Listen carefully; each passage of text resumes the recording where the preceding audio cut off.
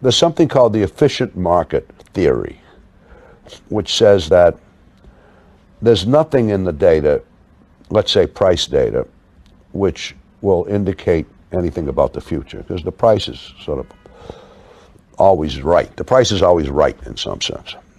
But that's just not true. So there are anomalies in the data, even in the price history data. For one thing,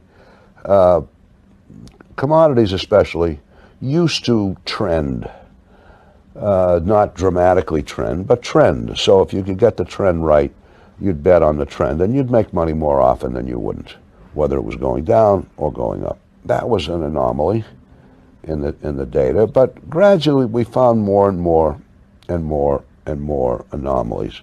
None of them is so overwhelming that you're going to clean up on a particular anomaly, because if they were, other people would have seen them. So they have to be subtle things. And you put together a collection of these subtle anomalies, and you begin to get something that will predict pretty well. How elaborate are these things? Because in my head, I'm imagining, you know, some equation like Pythagoras equation, and you put a few numbers in and something spits out. But are these giant beasts of equations and algorithms, or are they simple things? Well, the system, as it is today, is extraordinarily elaborate. But it's not a whole lot of, it's what's called machine learning.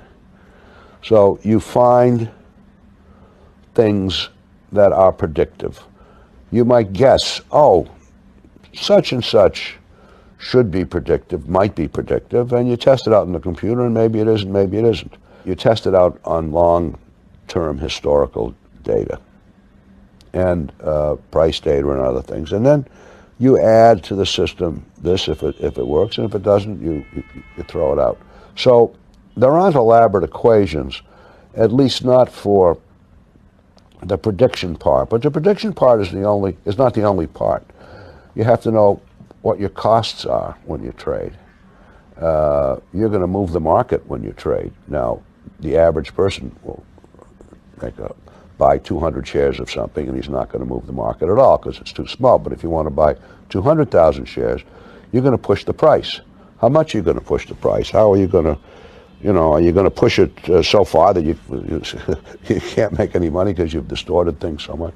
So you have to understand costs, and that's something that's important. And then you have to understand how to minimize the volatility of the whole assembly of positions that you have, and be so you have to do that. That last part takes some fairly sophisticated applied